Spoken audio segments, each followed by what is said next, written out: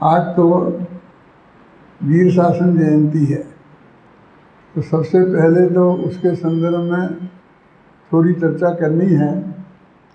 हो सकता है कि पूरी चर्चा उसी में समाप्त हो जाए, ये भी हो सकता है कि समय बचा रहे और अपन आज गाथाएँ ये शुरू कर दें।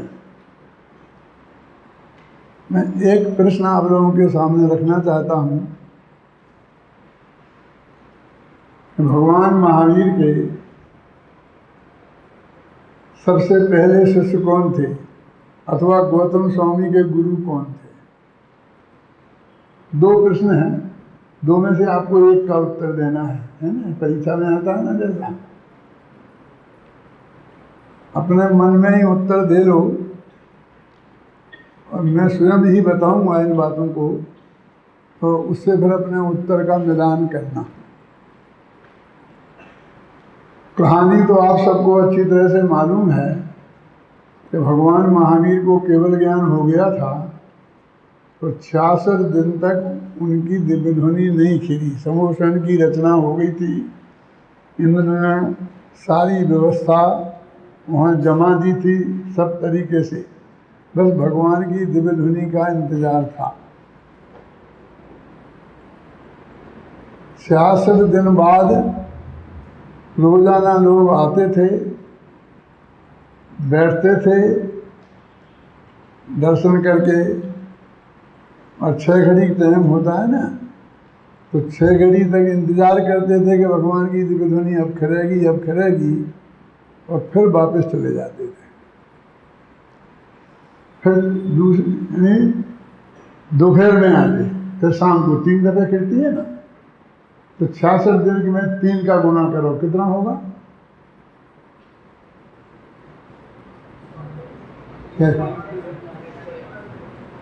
मैं समझता हूँ कि मेरा अकेला ही गणित कमजोर है।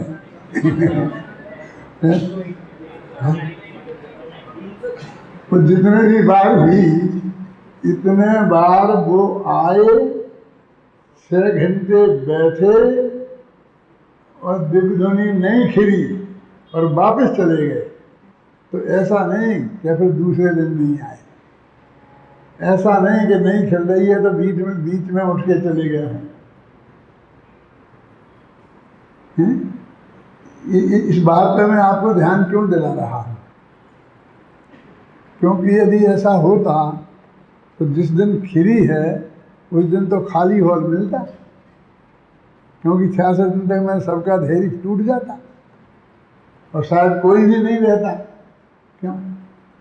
लेकिन सब थे, मौजूद थे ना पूरे के पूरे। यानी इससे सिद्ध होता है कि बराबर दिन में 3 बार ऐसा होता रहा, व्यवस्थापकों में भी कोई शिथिलता नहीं आई। सौधर्मेंद्र बराबर समोषण की रचना और सारी जो व्यवस्थाएं हैं बिल्कुल अप टू डेट करता था, और वो भी इंतजार करता था कि भगवान की दिव्य ध्वनि खिले। इससे मैं एक बात आपके ध्यान में आकर्षित करना चाहता हूँ कि जिनवाणी सुनना कितने धैर्य का काम है, और कितनी तीव्र रुचि से सुनो तो कुछ हाथ लग सकता है। जो मैंने पहले आपको थोड़ी सी कठोर भाषा में अनुशासन की बात की, तो आज भगवान महावीर की इस बात से ये बात सिद्ध होती है ना कि दूसरे दिन थोड़े लेट चलें, क्या पता खिलेगी कि नहीं खिलेगी। एक आध दिन ऐसा तो हो मैं नहीं भी आऊँ नहीं भी करूँ, तो बैठे रहो शांति से पाठ करते रहो, हैं, फिर दूसरे दिन फिर समय पर आ जाओ। अभी ऐसा तो हुआ नहीं है, क्यों? मिनटों का ही फर्क पड़ता होगा कभी, हैं? लेकिन दिव्य ध्वनि का लाभ यदि लेना है तो उसके लिए कितना धैर्य चाहिए। 18 घंटे में 18 है ना, 6 घंटे और ऐसा होता है कुछ, वो कितनी 6 घड़ी है तो 2 घंटे और कुछ ऐसा मिनट होते हैं, ऐसे 7 घंटे और 12 मिनट होते हैं तीनों टाइम मिला करके। तो रोजाना 7 घंटे और 12 टाइम में तो अपने और कितना काम कर सकते हैं, काम निपटा के जा सकते हैं। दुकानदारों की दुकानदारी का कितना नुकसान हुआ होगा, नौकरी वाले पेशा वालों को कितने दिनों की छुट्टी लेनी पड़ी होगी है? लेकिन इस आशा में कि एक दिन खिलेगी अवश्य, वो बराबर निरंतर आते रहे, धैर्य से बैठे रहे और सुनते रहे। उसका परिणाम ये है कि जब दिव्य ध्वनि खिली तो एक एक अक्षर उनके अंदर चला गया, उसका पूरा पूरा लाभ उन्हें प्राप्त हुआ। दूसरी बात मैं ये कहता हूँ कि भगवान महावीर का सबसे पहला शिष्य कौन था? यदि ये बात आएगी तो सबसे पहले गौतम स्वामी का ही नाम आता है, गणधर देव का ही नाम आता है, जिसके लिए उनकी दिव्य ध्वनि नहीं खिली और जिसके आने से उनकी दिव्य ध्वनि खिली उससे ज़्यादा महत्वपूर्ण। और जब दिव्य ध्वनि खिली शिष्यपना तो तभी आएगा ना। पहले हम उन्हें भले ही जो कुछ भी मानते रहें और उनकी पूजन करते रहें पंच परमेश्वरी के रूप में, लेकिन शिष्यपना तो जब वो दिव्य ध्वनि खिलेगी और उससे कुछ समझेंगे तभी आएगा ना। तो कौन हुए उनके सबसे पहले शिष्य?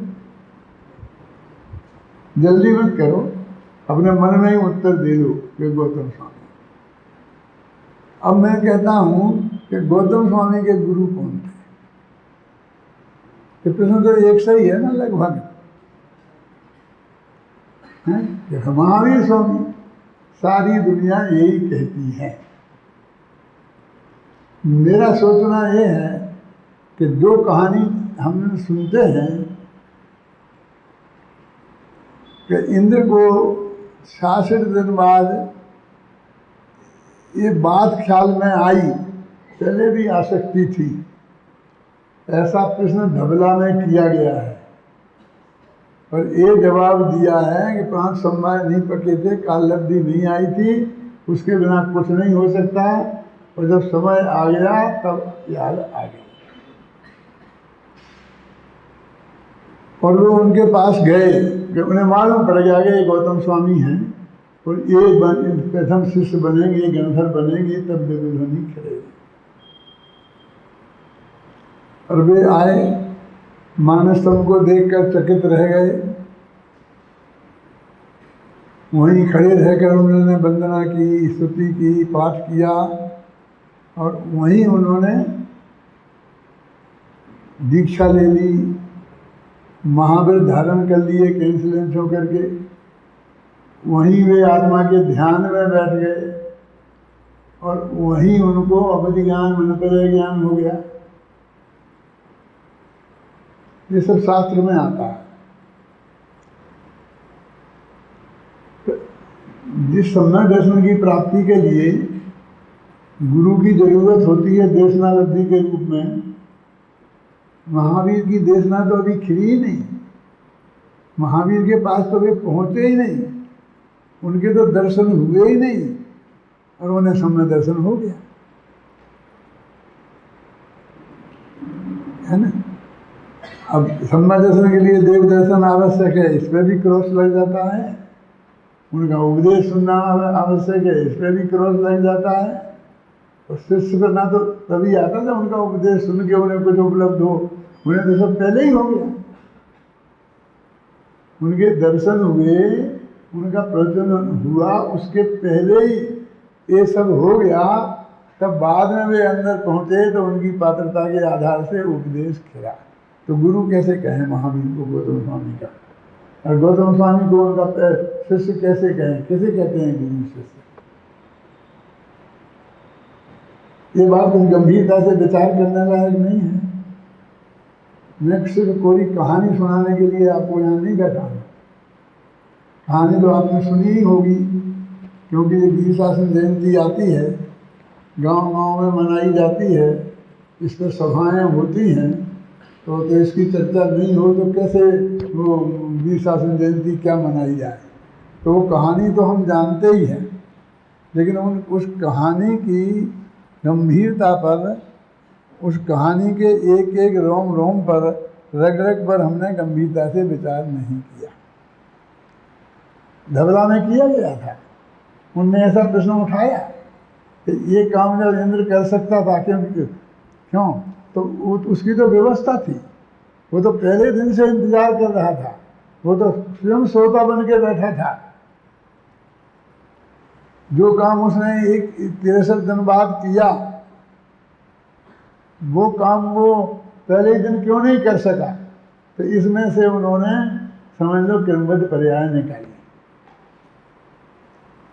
भगवान ऋषभदेव के आहार दान की बात भी यही बात आती है कि राजा श्रेयांश भी थे, वो सब लोग मौजूद थे और वे 7 महीने से ज़्यादा भटकते रहे और उन्हें आहार नहीं मिला। उनको जातिस्मरण उसी दिन क्यों पहले क्यों नहीं हो गया? उसका भी जवाब धबला में पूछा जाता तो यही देते ना।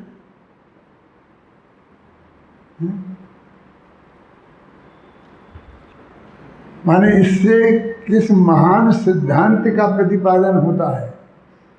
समझ लो कि भगवान महान की दिव्यध्वनि तो अभी खिली नहीं और उसके पहले ही एक क्रमबद्ध पर्याय हम सब लोगों के सामने आ गई। कैसा स्वरूप है। हमारे साथ ऐसा हुआ, हमें स्वामी जी के दर्शन हुए ही नहीं और उसके पहले क्रमबद्ध पर्याय हमारे ख्याल में आ गई, समझ में आ गई और उसके बाद दर्शन हुए। हम यहाँ से 1984 में अमेरिका गए थे सबसे पहले, सबसे बात अंदर जा रहे हैं। तो पहले जहाँ अभी कैंप था जाने का, वहाँ की सभा में प्रवचन में क्रमबद्ध पर्याय चलती और सबके हाथ में किताब थी। और उसी सभा में हमसे कहा कि भैया आप आए हैं तो अब आपसे हम क्रमबद्ध पर्याय ही सुनना चाहेंगे। क्योंकि जहाँ हमारे पहुँचने के पहले क्रमबद्ध पर्याय वहाँ पहुँच गई। तो उन लोगों ने बताया कि एक निरंजन शाह करके व्यक्ति थे, उनकी पत्नी का नाम सुधाबेन था और वे दोनों बहुत अध्यात्म के प्रेमी थे। उन्हें कहीं से क्रमबद्ध पर्याय की बात का पता चला और उनने यहाँ से 25 किताबें स्मारक से मंगाई और वे वहाँ पहुँच गई थी। अब अपन तो रोजीना देखते नहीं है कहाँ कहाँ से कौन कौन मंगा रहा है और कहाँ कहाँ पहुँच गई। पहले कभी मैं ऐसा किया करता था कि जो अपने यहाँ रजिस्टर मेंटेन होता है उस रजिस्टर को देखता था कि कहाँ कहाँ से ऑर्डर आया है, किन किन किताबों का ऑर्डर आया है, मैंने कहाँ कहाँ पहुँची है, कहाँ कहाँ इन्हें ग्रंथों को पढ़ने वाले लोग मौजूद हैं, कितनी किताबें मंगाई हैं। यदि उसने 50 किताबें मंगाई हैं तो ज़रूर वहाँ प्रवचन में कुछ कक्षाओं में चलती होगी, नहीं तो 1-2 मंगाता है कोई आदमी।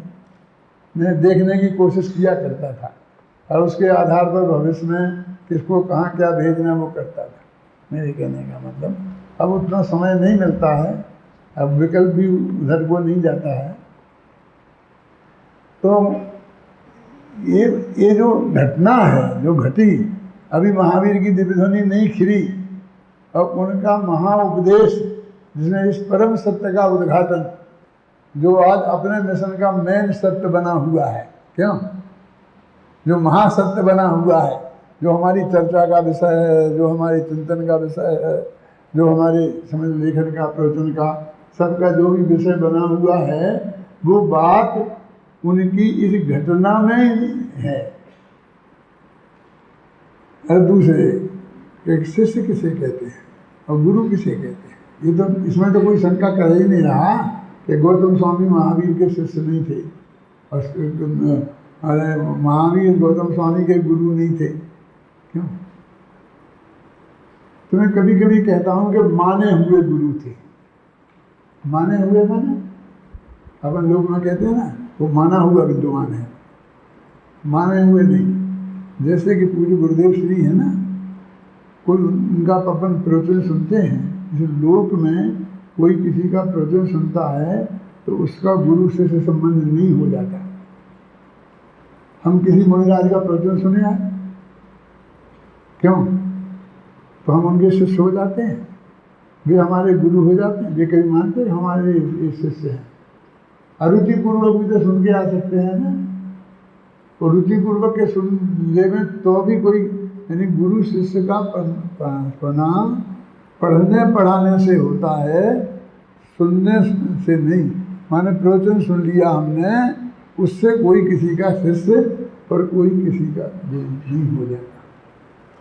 लेकिन निरंतर सुने और उनको अपना गुरु माने अंदर में ये जचे कि भाई इनसे ही मेरे को ये तत्व ज्ञान प्राप्त हुआ है, इसलिए मैं उन्हें कहता हूँ माने हुए गुरु हैं।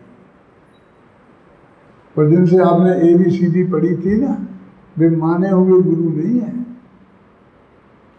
सारी दुनिया आपसे बिना पूछे ही कहेगी कि ये आपके गुरु हैं। कोई अध्यापक आगे कहे कि मैंने नरेंद्र मोदी को पढ़ाया है, तो नरेंद्र मोदी भी यदि पढ़ाया होगा तो नरेंद्र मोदी भी मना नहीं कर सकते हैं कि ये मेरे गुरु नहीं है, कि मैंने तेरे गुरु नहीं माना। कि तेरे मानना के हाथ में थोड़ी है। ये माना हुआ गुरु का समझ में आया ना, कि जिन गुरुओं के उपदेश को सुनकर, निरंतर सुनकर हमारे हृदय में उनके प्रति गुरु बुद्धि आए, हम ये महसूस करें कि ये तत्व ज्ञान हमें उनसे प्राप्त हुआ है, तो भले ही उनसे नहीं पढ़ा हो तो भी वे हमारे गुरु हैं। कान्जी स्वामी हम सबके ऐसे ही गुरु हैं ना। आप लोगों ने तो उनके दर्शन भी नहीं किए होंगे, और तुमका तो जन्म भी उनके स्वर्गवास जाने होने के बाद हुआ होगा, है? फिर हमारी गुरु बुद्धि उनमें रहती है कि नहीं रहती है?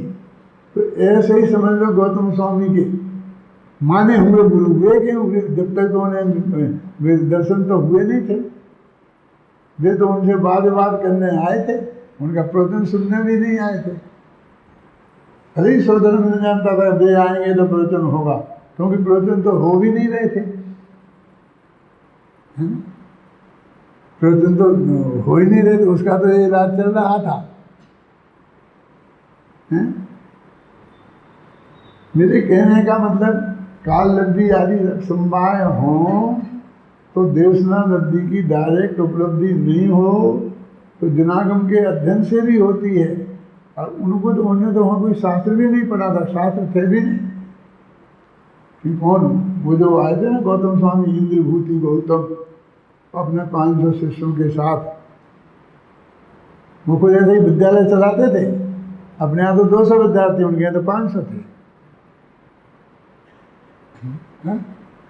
समझे ना। और वो पढ़ते पढ़ाते थे तो ज्ञान के क्षेत्र में ही थे। तो एक तो ये महान चीज हमें उपलब्ध हुई कि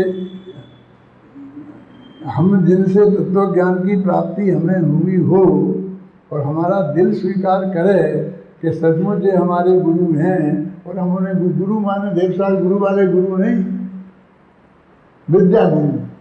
तो अंग्रेजी का ज्ञान हमें जिनसे उपलब्ध हुआ वो अंग्रेजी के गुरु होंगे। फिर अध्यात्म विद्या जिनसे हमको सीखने को मिली हो वो अध्यात्म विद्या के गुरु होंगे। वो देवसाल गुरु वाले की परिभाषा अलग है। विषया साप साथी तो नरारंभो परिग्रह ज्ञान ध्यान तपो रखता तपस्वी साथ सस्ते। तो वो गुरु की बात यहाँ नहीं है। इन दो गुरु में हमें अंतर समझना चाहिए। महाराष्ट्र में तो हर अध्यापक को गुरु जी कहते हैं। अब जो महाराष्ट्र के बहुत विद्यार्थी हैं यहाँ पर, है ना, चाहे किसी भी सब्जेक्ट का हो, कोई भी हो, और हमने ऐसे गुरु जी भी देखे हैं कि जिनने एक अक्षर किसी को पढ़ाया नहीं है, पढ़ाने की क्षमता भी नहीं है। ये हमारे यहाँ थे एक दाऊदी भाई गुरु जी, जो इस विद्यालय जब खुला था तो इसके वे अधिष्ठाता थे, शुरू के बनाए थे इन लोगों ने, क्योंकि वो ऐसा माने जाते थे कि भाई इसके माहिर हैं छात्रावासों को चलाने के। और लेकिन यदि रावजी भाई गुरु की चली होती तो आज आपके माथे पे बाल नहीं होते, समझ में आया ना। फिर चांद फटवा देते थे और जो भी समझ में आए ना, एकदम गुरुकुल के जैसे विद्यार्थी उनको चाहिए। चंद्रा घोड़े, पीले चंद्रा घोड़े वाले, फिर मैंने जिद करके जबरदस्ती आपको जैसे हो आज वैसा रहने दिया। तो गुरु जी मेरे से नाराज नहीं हुए। मैं कहते देखो गुरु जी, आपने जब चलाए होंगे हैं, अभी ये मैं चलाता हूँ तो मुझे चलाने दो,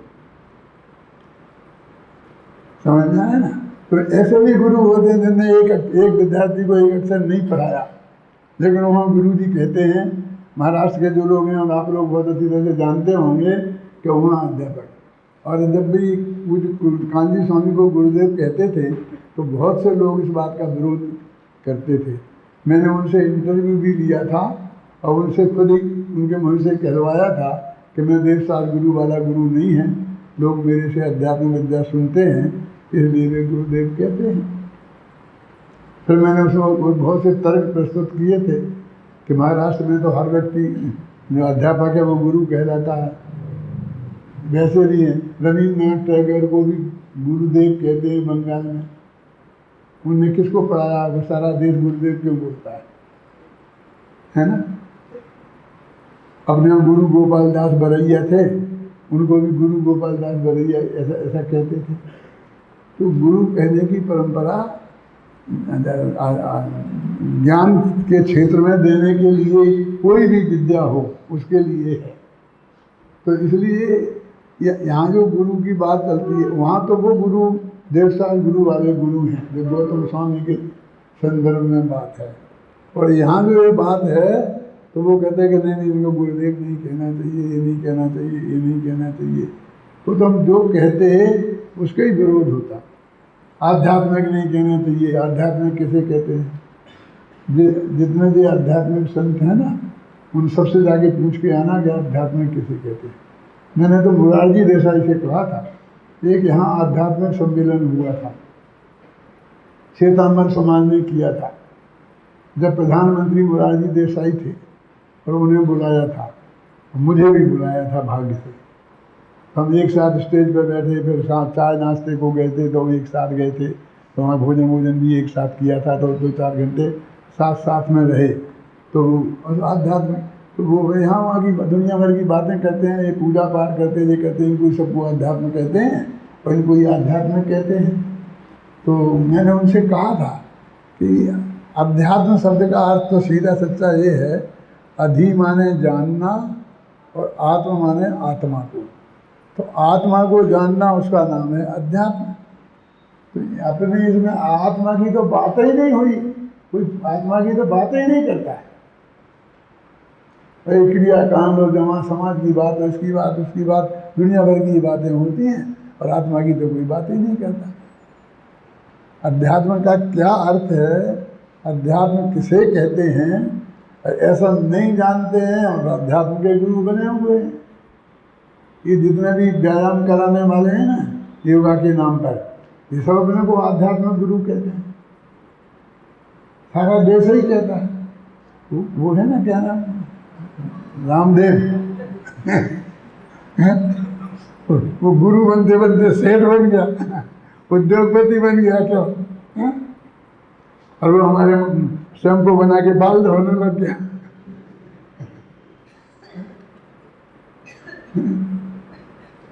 तो मेरे कहने का अर्थ ये है कि गौतम स्वामी की जो कहानी है, उस कहानी से गुरु शब्द का विस्तार हमारे ख्याल में आता है। क्या ना, कैसे करें, एकदम डायरेक्ट उन्हें हमें समझाया हो, वैसे पढ़ाया हो, और वही गुरु नहीं है। ऐसा अपने विद्यार्थियों में भी हुआ था। एक दफ़े किसी के दिमाग में सूझा और उन्होंने कहा मैं डॉक्टर भारत का शिष्य नहीं हूँ, वे मेरे गुरु नहीं हैं, मेरे गुरु तो कांजी स्वामी हैं। मैंने कहा बहुत बढ़िया बात है, कांजी स्वामी तुम्हारे गुरु हैं। लेकिन मैंने कहा, उसी सभा में कहा वहीं, कि कोई किसी का बाप होता है ना तो वो उससे मानने के उससे होता है, ऐसा नहीं है। क्यों? तुम्हारे जो पिताजी हैं वो तुमने उन्हें पिताजी माना है इसलिए पिताजी हैं। कोई किसी का गुरु होता है तो उसे पढ़ाने से होता है। यदि वो पढ़ा है उसके पास 4 दिन भी, तो पढ़ाने वाला गुरु है और पढ़ने वाला शिष्य है ना। कि तुम मानोगे किसी को गुरु तो वो तुम्हारा गुरु होगा। तुम्हें स्वामी जी ने पढ़ाया है, 2 दिन भी बैठ के तुमने पढ़ा है, वो क्या पढ़ाते थे तुम्हें कुछ पता है? 4 लाइन बता सकते हो तुम? कुछ पता नहीं है। ये पूजा पाठ करना पढ़ाया था उनने, ये जय जय राम परम गुरु होए पढ़ाया था उनने, हैं? बड़े सो पावे, अधिक पुण्य कमाएगा, ऐसा होगा वैसा होगा, ये पढ़ाया था उनने। ये क्या पढ़ाते थे तुम्हें यही पता नहीं है, पर हमने तो तुम्हें पढ़ाया है। शुरू के 3-4 बैच थे ना, उसमें मेरे अलावा कोई अध्यापक नहीं था इस विद्यालय में, तो मैंने सबको मैंने ही पढ़ाया है। जो भी यहाँ पढ़ाया है, जो भी कोर्स की किताबें धर्म की थी, एक व्याकरण के अध्यापक को लघुदान कौमुदी पढ़ाने के लिए परमेश्वर मिश्र थे, उनको बुलाते थे, वो पढ़ाते थे। उन बैचों में जतीश भाई, अभय कुमार जी, ये शांति कुमार पाटिल, वीर सागर, ये सब 3-4 बैच के लोग आते हैं। उसके बाद फिर 4-5 बैच निकल जाने के बाद बड़े ज़्यादा आए, और भी कई विद्वानों को बुलाया था, इंटरव्यू भी लिया था, लेकिन पार नहीं पड़ी। तो फिर उसके बाद ही बड़े ज़्यादा आए हैं, समझे ना। उसके बाद तो जो अपने विद्यार्थी थे वे ही अध्यापक बनते गए।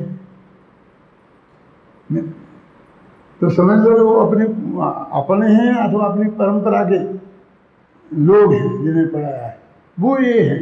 तो गुरु शिष्य की क्या परंपरा है, हैं? क्या कोई आदमी गौतम स्वामी महावीर के शिष्य थे और नंबर फर्स्ट पे थे, टॉपर्स थे, क्यों ये से कोई इनकार कर सकता है? और जबकि मैंने फैक्ट आपके सामने रखा है कि उन्हें महावीर स्वामी के प्रवचन सुनने के बाद की बात नहीं, दर्शन होने के पहले सब हो गया था। फिर मैं कभी कभी ये भी आप लोगों से पूछता हूँ कि एक आदमी का ऐसा नाम मुझे बताओ जो भगवान नहीं हुई दिव्य ध्वनि, क्यों? वो महावीर जयंती दिवाली के दिन जब तक अंतिम प्रवचन था तब तक वे हाजिर थे और बाद में उनका मोक्ष हो गया। तो एक आदमी देखो जिसने उन्हें सुने बिना सम्यक दर्शन, सम्यक ज्ञान और सम्यक चारित्र प्राप्त कर लिया। अवैध ज्ञान की तो मैं कोई बात नहीं करना चाहता, लेकिन मन पर है ज्ञान, क्योंकि वो ज्ञानी और सम्यक दृष्टियों को मुनिराजों को ही होता है ना, अवैध ज्ञान तो नारकियों को भी होता है ना। और उसके बाद अब उनमें क्या कमी रह गई थी? द्वादशांग के पाठी थे वो, ऐसा नहीं महावीर की दिव्य ध्वनि सुन के बाद वे द्वादशांग के पाठी हुए थे, है ना। तो द्वादशांग के पाठी उनके पहले हो गए, तो भी उनने सुनने की जरूरत अंत तक समझी। और चाहे वो विनय मर्यादा समझ लो, चाहे तत्व ज्ञान के प्रचार प्रसार की बात समझ लो, चाहे वो अपने लाभ लेने की बात समझ लो। आगे शुद्ध केवली और शुद्ध केवली में अंतर तो होता ही है ना। तो केवली की सभा में शुद्ध केवली तो होते ही है ना, है? तो ऐसा हमारी जो समझ में आ गया, ऐसे कुछ अहम वाले लोग हैं कि मैं तो ऐसा चाहे जिसका नहीं सुनता हूँ। हाँ, चाहे जिसका मन है, कोई अमिताभ बच्चन का थोड़ी सुना रहे आपको, मतलब जो तत्व ज्ञान के क्षेत्र में हैं विशेषज्ञ, बात उनकी होती है ना, उनकी थोड़ी कि चाहे जिसको अरे गहरे न तू गहरे को सुने। सवाल वो नग्न दिगंबर मुनि है या गृहस्थ है, इसका सवाल नहीं है। वो प्रतिपादन क्या कर रहा है, समझा क्या रहा है, हमें जो समझना है वो समझा रहा है कि हाँ कि जो कुछ भी जो समझने लायक नहीं है वो समझा रहा है ना। विद्या तो हर क्षेत्र में है, धनुष विद्या भी विद्या है ना। द्रोणाचार्य जिसके माहर थे वो भी तो विद्या, एक विद्या है ना, उसमें भी गुरु शिष्य होते हैं।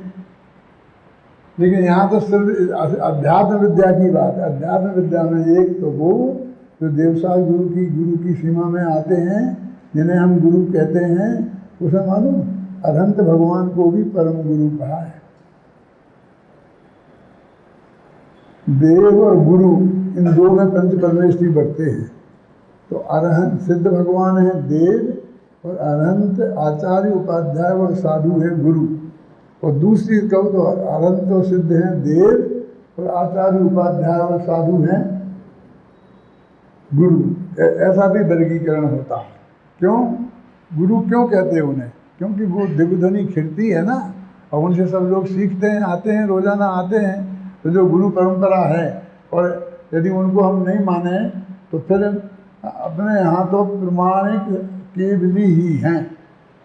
बाकी सब जितने भी वक्ता हैं वो गंधर्व देव से लेकर ज्ञानी धर्मात्मा तक सब अरहंत भगवान की दिव्य ध्वनि की अनुसार यदि बोलते हैं तो वे प्रमाणिक हैं, और नहीं तो वे प्रमाणिक नहीं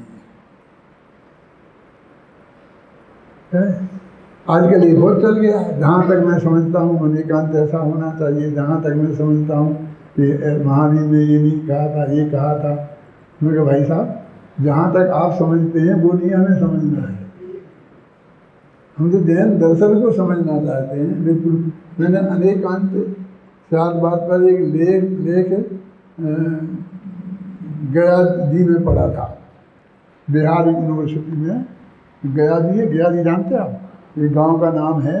वहाँ पर एक बहुत बड़ा सेमिनार हुआ था, 75 विद्वान इकट्ठे हुए थे, और उस वक्त बड़े वैज्ञानिक थे, जैनी थे। क्या नाम था? BS कोठारी। वो विश्वविद्यालय अनुदान आयोग के अध्यक्ष थे, बहुत सज्जन पुरुष थे। वो उनके लड़के यहाँ पर मेडिकल कॉलेज में थे, तो वो यहाँ आके रहते थे रिटायर होने के बाद। तो कम से कम 10-5 दफ़ा मेरे घर आ गए।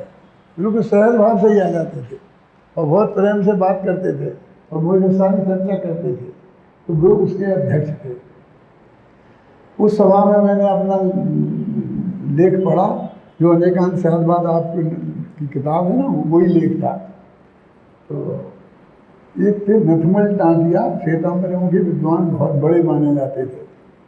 और ये बात भगवान महावीर के निर्माण वर्ष की है, 73-74 सन की। कितने साल पहले की होगी? मैंने 74 में, मैं 40 वर्ष का भी नहीं था। 35 का जन्म है, तो 74 में कितने वर्ष का होता है, क्या होता है, हिसाब लगाना। मैंने 75 की बात नहीं है, 75 के पहले की बात है। तो मेरे को छोटा सा कहलाता था। तो मैंने जाकर के वो निबंध पढ़ा, तो उसमें बताया कि वो जो धर्म होते हैं, कुछ गुण होते हैं, 2 तरह से व्याख्या है। अनंत धर्मात्मक धर्म गुणों को, वो जो है ना तुमने पढ़ी हुई है, वो सब बातें मैंने बताई। तो बीच में ही बोले भाषण के, अपने स्टेज पर बैठे, चाहे जो आता है, चाहे जो कुछ बोलने लगता है, होश है नहीं, समझते कुछ है नहीं, पढ़ा लिखा है नहीं, ऐसा स्टेज पर बोले। और 50 विद्वान स्टेज बैठे थे और नीचे सारी जनता बैठी थी। अरे वो अध्यक्ष कौन से थे? BS कोठारी।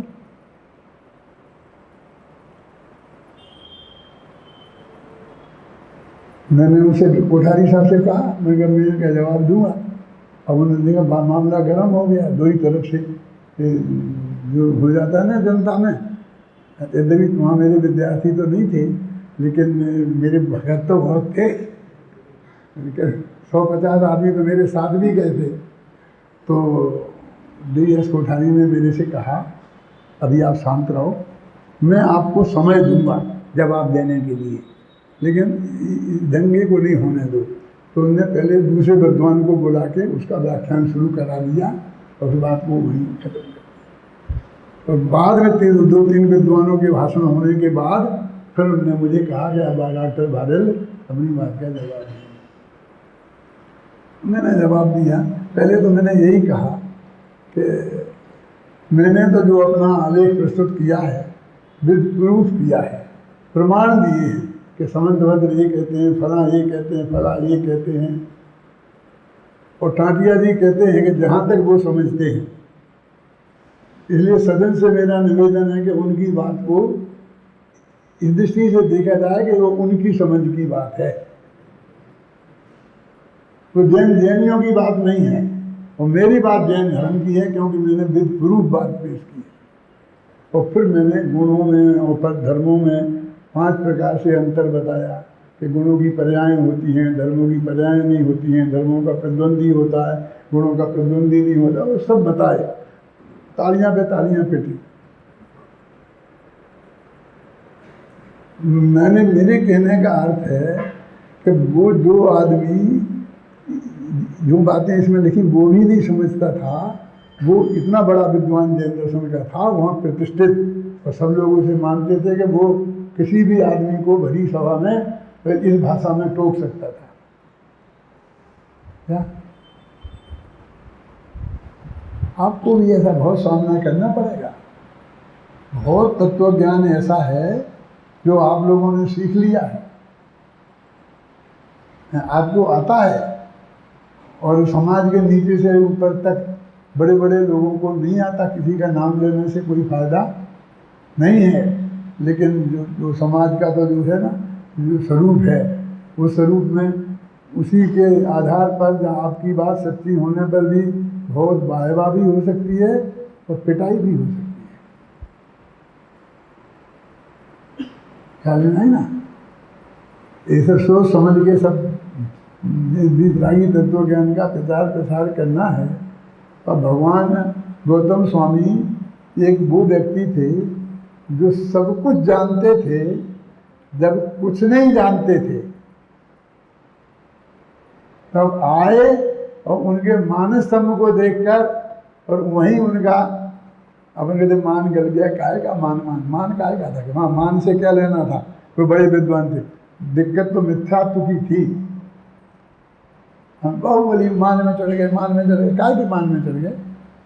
कौन सा मान चढ़ गया है?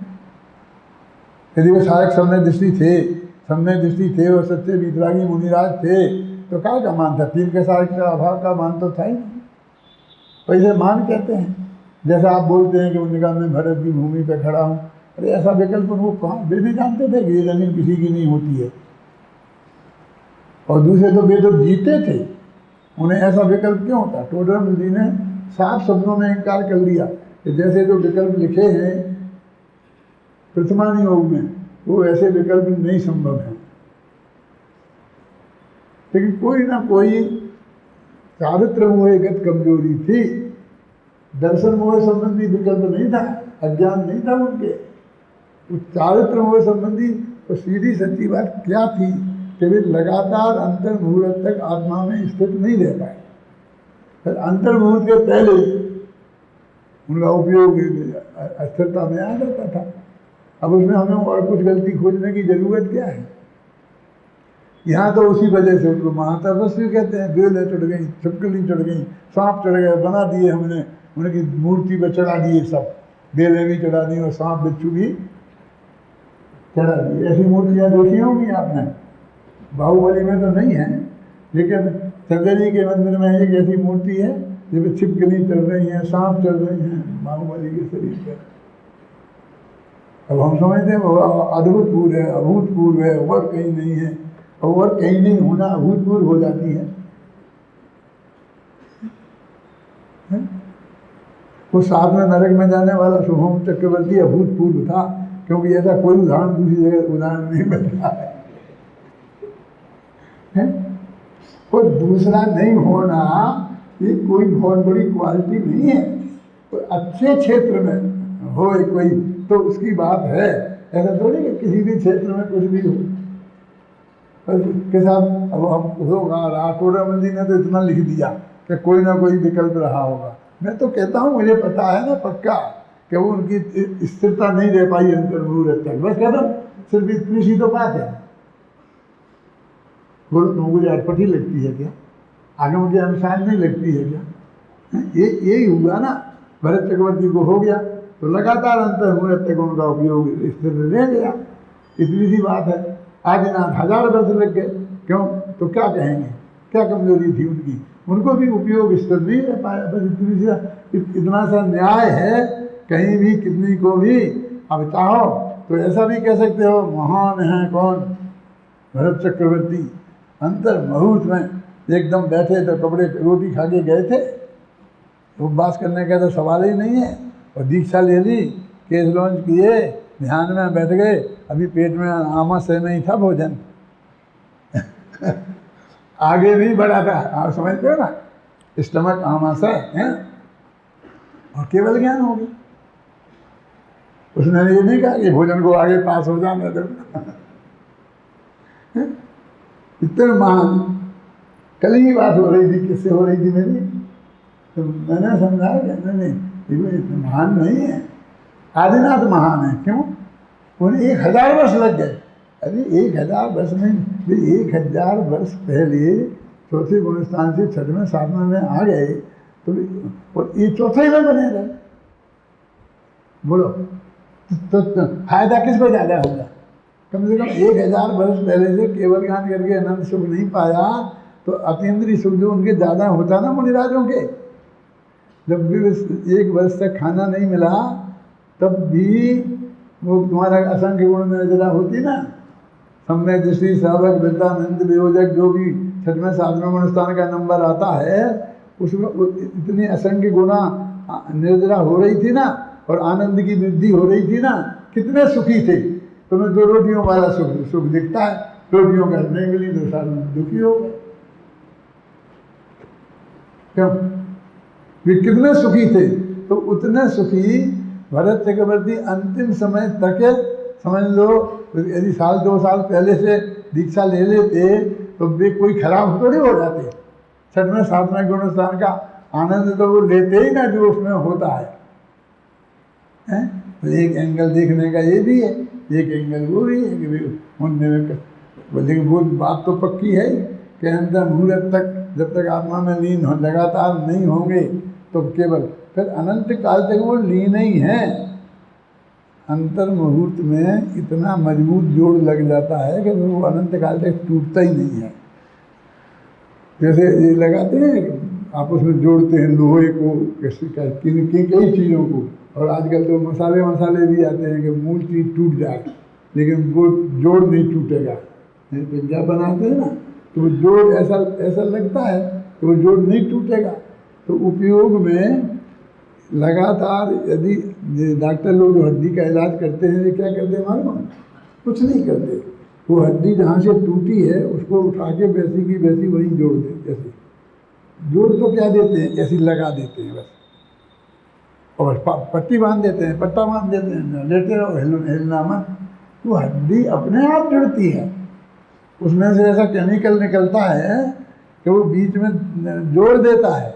और यदि वो लगातार इतने दिन तक जुड़ी रहे तो ऐसी वजह जैसी हो जाती है कि दूसरी जगह से टूट जाए लेकिन वहाँ से नहीं टूटे।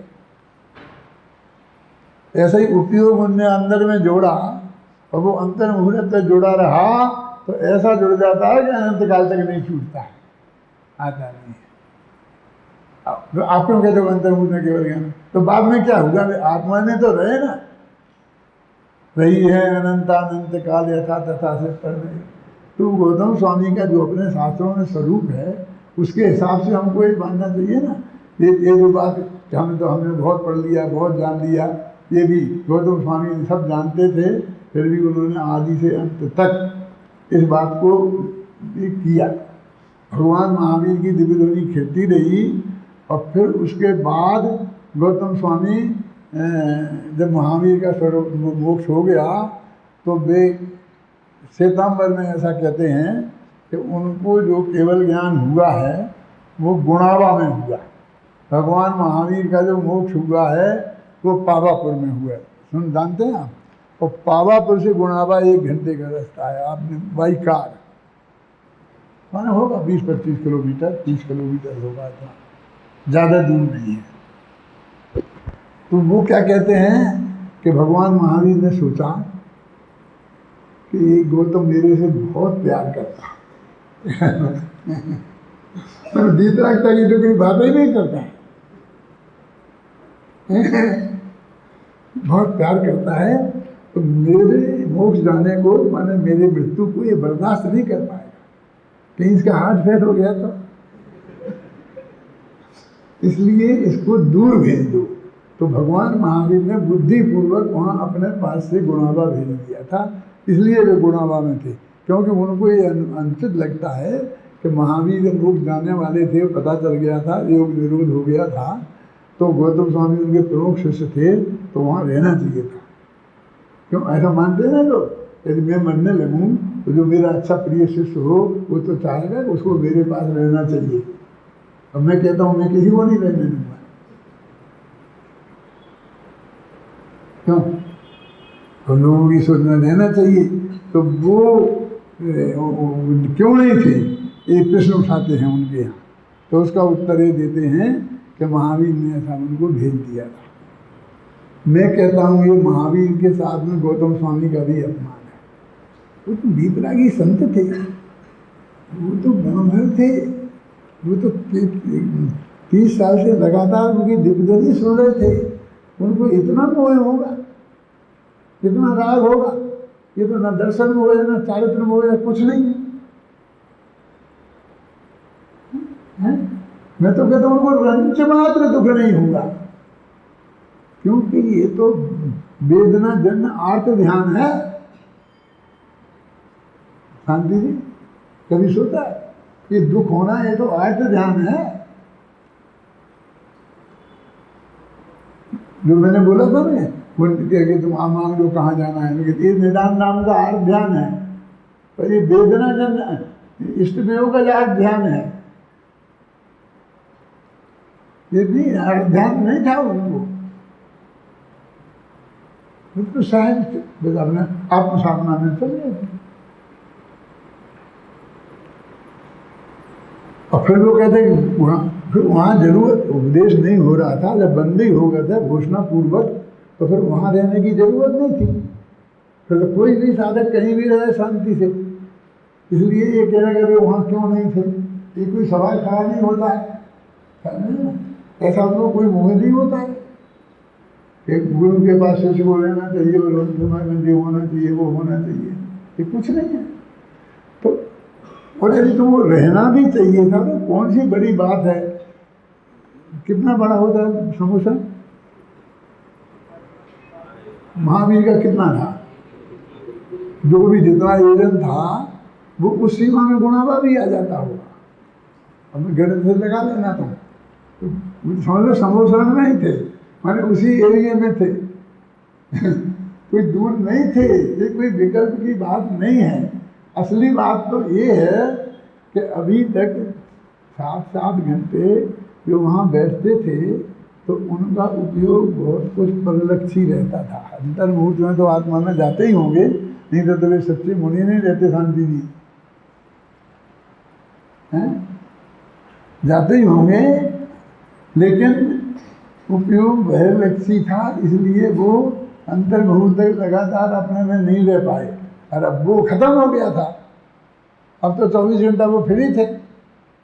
अब कोई उनके उपयोग को मैं भ्रष्ट शब्द कहना नहीं चाहता हूँ, है ना, भ्रष्ट करने का कारण नहीं रह गया था, लेकिन भगवान की दिव्य ध्वनि भ्रष्ट करती थी। मैंने वो गलत अर्थ में मत ले जाना, समझे ना। तो वे एकाग्र हो गए और शाम को केवल ज्ञान की प्राप्ति होगी। मेरे मतलब सहज भाव, यानी वो सर्वोत्कृष्ट दृष्टि से अपनी बात को उन्होंने सिद्ध किया। तो ऐसा ही गौतम स्वामी की और भगवान महावीर स्वामी की कहानी है। और आज के दिन वो दिव्य ध्वनि खिली थी, इससे लगातार फिर 30 वर्ष तक खिली थी। और वो दिव्य ध्वनि के आधार पर जो भी हमें साहित्य उपलब्ध है, वो साहित्य वो दिव्य ध्वनि के आधार पर है, तो उसकी प्रमाणिकता से ही हमारी बात है। वो प्रमाणिकता आचार्य परंपरा से आती है। जैसे हम कहते थे हमारे गुरु से हमारे पास आई, तो उनके गुरु से उनके पास आई, लेकिन हमारे गुरु पर्यंत जो अभिछन्न परंपरा है उससे भी उसका जुड़ान है ना। और हमने अनुभव भी किया है। और हमारे क्या आगम का सेवन, मैं गुरु की वो परंपरा आगम के माध्यम से हमारे पास आई। युक्ति का अवलंबन हमने वैसे ही स्वीकार नहीं कर लिया, अपनी तरक्की कसौटी पर कसकर उसे स्वीकार किया है। परापर गुरु का उपदेश इस तरह पूरी तरह प्रमाणिक है, और वो परंपरा आज हमें विद्यमान है। महान भाग्यशाली हैं हम सब लोग कि जो हमें उसका उत्तराधिकार आज हमारे हाथ में है। आज हम उस परंपरा के वाहक हैं और इसे हम आगे ले जाएंगे।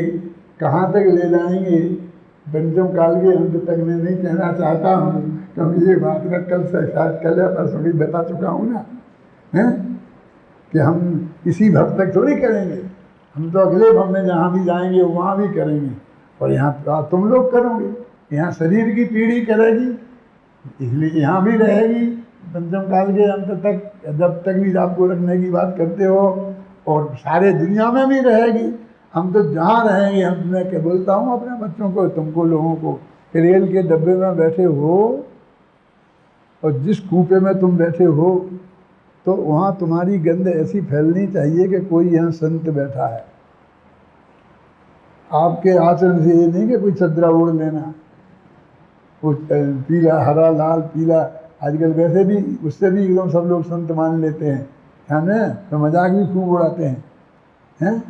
लेकिन हम बिल्कुल ऐसे ही नॉर्मल ड्रेस में रहें। मैंने तुमको सिर नहीं मुड़ाने दिया और आज तक सुरक्षित रखा है, आगे भी सुरक्षित रहना बेटा। जब तक बिल्कुल निगंबर दशा होने लायक नहीं हो जाओ, तब तक ड्रेस मत बदलना, क्योंकि ड्रेस जो है अपने यहाँ तीन ही हैं, एक मुनिराज की, एक आरिका की, और एक उत्कृष्ट श्रावक की, एलक शल्लक की। और ऐसी बदलू करके, जैसे हमारे कई लोग करते हैं, नाम में नहीं लेना चाहता, मेरे दिमाग में आ रहे हैं, कि बदल देते हैं दुनिया को ठगने के लिए। टोडरमल जी ने लिखा, और वस्तु स्थिति है, स्वामी जी की बात का नहीं करना, क्योंकि स्वामी जी पहले से ऐसे थे, तो अब वे सूट पैंट पहनते, अब वे क्या करें। तो शुद्ध सात्विक ड्रेस आप लोग पहनो, ऐसा नहीं कि सूट पैंट छोड़ के धोती कुर्ता पहनोगे, पैजामा पहनो, तो वो कोई आपका भेष बदलना नहीं है, क्योंकि कुर्ता पैजामा किसी पद की ड्रेस नहीं है। आप समझ आए ना, वो बदलना तो है, लेकिन कोई साधु, जिस ड्रेस से तुम साधु कहलाने लग जाओ, और तुम साधु हो नहीं अपने जैन धर्म के हिसाब से, ऐसी कुचेष्टा करने की कोशिश नहीं करना। शुद्ध सात्विक ड्रेस अपनी हमेशा रखना, और इस तत्व ज्ञान को अपने अंदर लाना। महान भाग्यशाली लोग हो कि जिसे तत्व ज्ञान भगवान महावीर की परंपरा से, गौतम स्वामी की परंपरा से, और कुंद की परंपरा से हम सबको कांजी स्वामी के माध्यम से प्राप्त हुआ है। उन सब के प्रति मैं अपने हृदय से बहुत बहुत श्रद्धा व्यक्त करता हूँ।